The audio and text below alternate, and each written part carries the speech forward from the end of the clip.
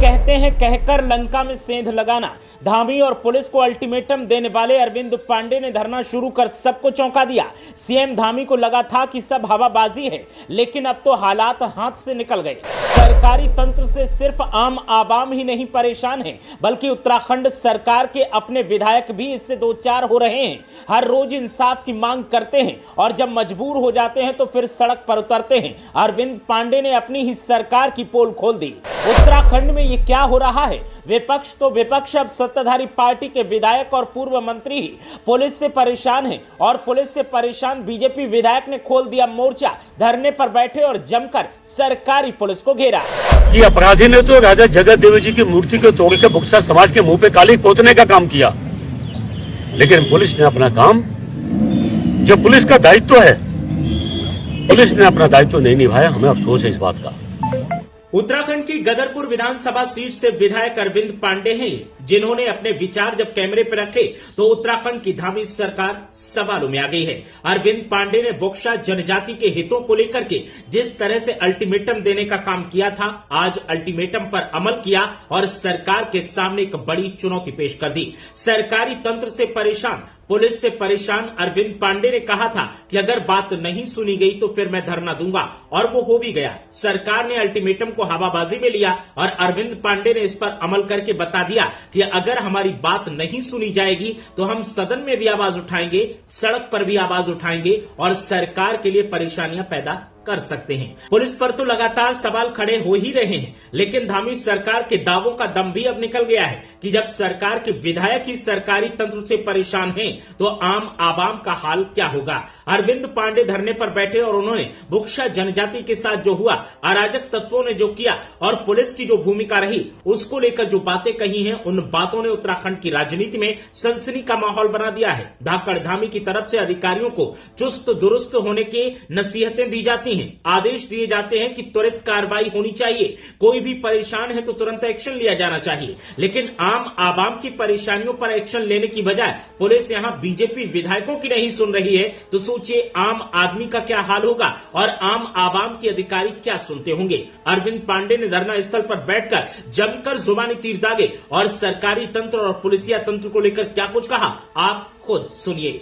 और 10 महीने से ज्यादा समय मैंने और बुक्सा समाज के लोगों ने मिलकर हमने पुलिस का सहयोग किया, लेकिन अफसोस की बात यह है कि अपराधी ने तो राजा जगतदेव जी की मूर्ति को तोड़ के बुक्सा समाज के मुंह पे काली पोतने का काम किया, लेकिन पुलिस ने अपना काम, जो पुलिस का दायित्व है, पुलिस ने अपना दायित्व नहीं निभाया। हमें अफसोस है इस बात का। और आज इसीलिए हम पुलिस को सचेत करने के लिए बुक्सा जनजाति के लगभग सभी गांव में, उसी गांव के लोग अपने ही गांव के देवी स्थान मंदिर में इकट्ठे होकर पुलिस को सचेत करने के लिए माता बाल सुंदरी से, राजा जगतदेव जी से प्रार्थना कर रहे हैं कि इस पुलिस को, उस अपराधी को पकड़ना चाहिए। तो हम सचेत करने के लिए यहाँ बैठे हैं और मुझे विश्वास है कि पुलिस को जगना चाहिए। कोई भी हो, मान लीजिए षड्यंत्र के तहत तुड़वाया गया है, तो कौन नेता लोग हैं जो इस शांत क्षेत्र में और सबसे ईमानदार जाति बुक्सा जाति, इसको अपमानित करने का काम किन लोगों ने कराया, क्यों करवाया भाई? क्या बिगाड़ा थे खंडित ये हमारे बुक्सा जनजाति के आराध्य भगवान राजा जगतदेव जी ने? क्या गुनाह किया था भाई? बुक्सा जनजाति ने किसी की जमीन छीनी है क्या? बुक्सा जनजाति ने किसी का मकान छीना है क्या?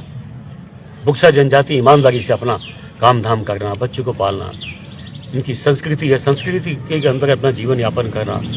लेकिन इतना बड़ा अपमान होने के बाद भी पुलिस ने अब तक अपराधी को नहीं पकड़ा है और बुक्सा जनजाति के बच्चों को यह एहसास हो चुका है कि मूर्ति नहीं टूटी है, ये पूरे बुक्सा समाज के मुंह पे कालिक पोता गया है। इसलिए वो अपराधी पकड़ में आना चाहिए। इस नाते बुक्सा समाज के लोग अब खड़े हो गए। जब तक अपराधी नहीं पकड़ा जाएगा, किसी कीमत पे चैन से नहीं बैठेंगे। और मैं आपके माध्यम से हम अपने मुख्यमंत्री जी से अपील करना चाहेंगे, इस प्रदेश के सबसे ईमानदार कौम बुक्सा जनजाति, हमारे श्रद्धेय राजा जगतदेव सिंह जी, इनकी प्रतिमा को खंडित करने वाला अपराधी जल्द सलाखों के पीछे होना चाहिए। उत्तराखंड में विरोधियों की तरफ से लगातार सरकार पर सवाल खड़े किए जाते हैं। सरकारी विभागों की लापरवाहियों को लेकर अक्सर विरोधी दलों का गुस्सा फूटता है। आम आवाम की तरफ से किसी न किसी मुद्दे पर कभी घोटाले का आरोप लगाया जाता है, कभी धरना दिया जाता है तो कभी ज्ञापन दिया जाता है। लेकिन सरकार इन सब चीजों को अनदेखा करते हुए दावा करती है कि उत्तराखंड में राम राज आ गया है, राम राज बरस रहा है। लेकिन अब अरविंद पांडे जब धरने पर बैठे हैं तो सवाल खड़ा होता है कि अगर उत्तराखंड में राम राज है, पुलिस अच्छे से काम कर रही है, प्रशासनिक अधिकारी आवाम की समस्याओं पर एक्शन लेते हैं, तो फिर सत्ताधारी पार्टी के विधायक को धरने पर क्यों बैठना पड़ा?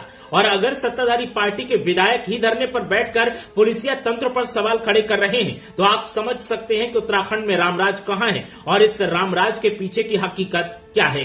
अरविंद पांडे का ये वीडियो सोशल मीडिया पर वायरल हो रहा है और एक बार फिर धामी सरकार सवालों के घेरे में है।